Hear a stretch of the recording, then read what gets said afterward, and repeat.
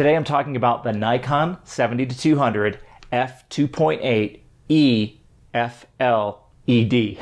This is the successor to the VR2 model released in 2009 and the successor to the first VR model released in 2003. Let's break it down. 70-200 is telephoto. Not super telephoto, but it's enough to get you close without significantly limiting you to just special situations. And you have f2.8 through the zoom range, and that's common to all three incarnations of this lens. It has an electronic aperture, which limits you on the cameras that this lens will function properly with, so be aware of that. Basically, if you look at the Nikon DSLR lineage, you're good at the time of the D300, the D3, and newer DSLRs. If you have a two-digit DSLR, like a D50 or a D90, you're limited to f2.8, which mostly defeats the purpose of having aperture to control. This puts you, in general, roughly 2007 and newer camera bodies to properly use the capabilities of this lens. Within the lens, you have the FL designation, so that's the fluorite element, and some elements are fluorine coated for increased sharpness. ED in the name means better glass with less light dispersion, and it's a G lens, so you've got no aperture ring like most modern Nikon f-mount lenses.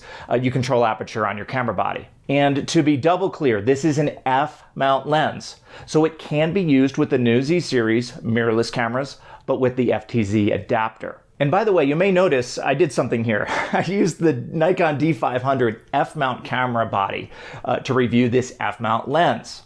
Our only remaining f-mount full-frame camera body, and this is a full-frame lens, that was our D810, and that was converted to full spectrum.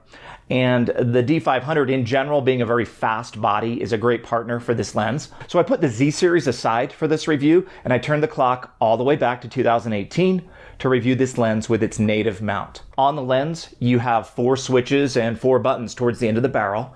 The switches are for auto or manual focus, or auto with manual override. You can limit the focusing range on the next switch. Further down, you can choose your VR mode or turn VR off. And finally, you can decide if the 4 buttons spaced around the end of the barrel will act as back button focus or lock the autofocus. They are real tactile switches, easy enough to move but difficult to move accidentally, although it certainly is possible to toggle them accidentally. You don't have the fancy new data screen that we're seeing on some of the newer Z series lenses. What you do have is a very slick and usable take on this fairly ideal telephoto range. Now, one adjustment I had to make in my own brain was that our older first gen version of this lens had the focus ring, which is here, on the front, and the zoom ring was back here. So if you're coming from the original version of this lens, you got to do a little brain change to make sure that you're grabbing the right ring when you use it. It took about 5 minutes to fully adapt my brain to the new configuration. Now, let me tell you something that I'd forgotten about DSLRs like the D500 combined with a professional f2.8 telephoto lens. It's fast. It's really fast. In fact, that was the big surprise to me during this review. It shouldn't have been, but it was a surprise. And it was a constant theme as I was working with this setup. With the phase detection of a DSLR through an optical viewfinder, now we're not going to have the fancy eye detection and some of the fancy new features we're seeing on mirrorless, but what we do have is lightning fast autofocus and super fast and reliable tracking across the frame. I'm going to admit something here. With all of the attention on mirrorless and my love affair with the Z6, I'd forgotten how fast and mature the good old DSLR setup really is. I'm not hating on mirrorless. Nikon is in their first generation of full-frame mirrorless, and the D500 here, cropped, is many generations into DSLRs. In my opinion, the D500 is the perfected form of the cropped sensor DSLR, and with the D850, as Nikon says, it's virtually a perfect full-frame DSLR. Now, mentioning the D500 in the context of a lens review is a little bit of an aside, but I mention it for 2 reasons. One, when I decided to test this lens with its native mount, the use of this lens on a DSLR became extremely relevant to the review. And 2, this lens, I'll spill the beans here, it's virtually perfect in every way. So why not talk about DSLRs a bit and how they match up so well with this lens so you can understand what I experienced during the review. The capabilities of the lens and strengths of DSLRs like the D850 and the D500, they do match up perfectly. As some longtime viewers may know, we did own that first generation 70-200 VR produced from 2003 to 2009. Long story short, it broke. Nikon no longer stocks the parts that were needed to fix our particular problem, so we worked with them as a customer to come up with a good price for a refurbished third generation model. While we wish they still would have had parts for the first generation version, we understand that they've moved on from it. It is a couple generations ago, and they did come to the table with a way to fix the situation.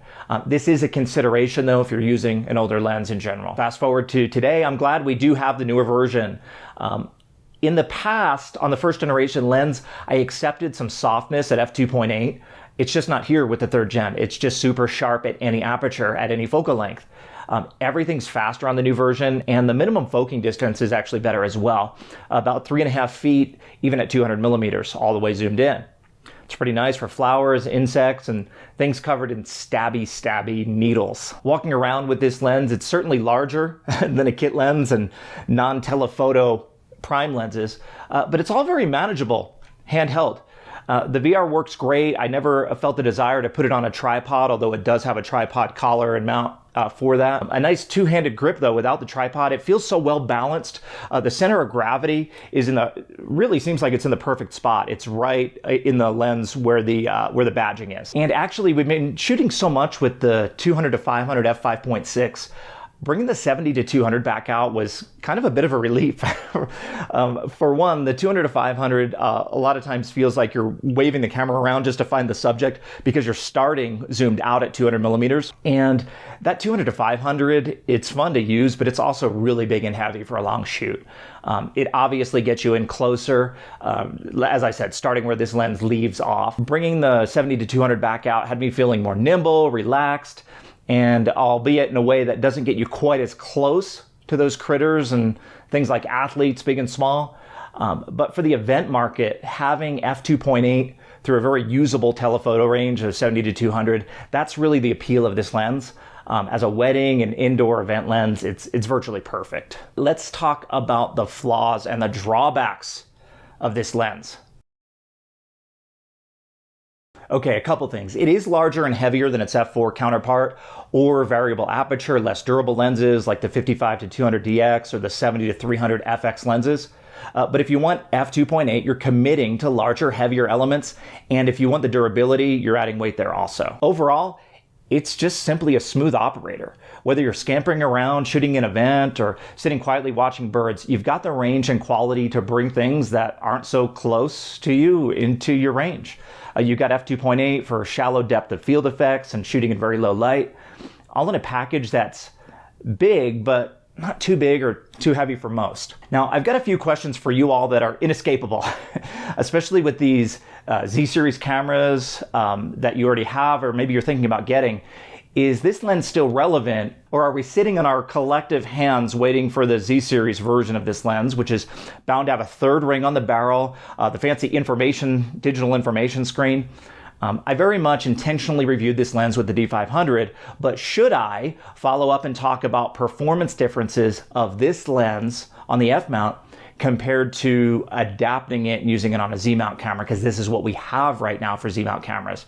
Or should we all wait for the Z-mount version? Let me know down in the comments so I know the best way to bring you more information on this. Thanks, everybody.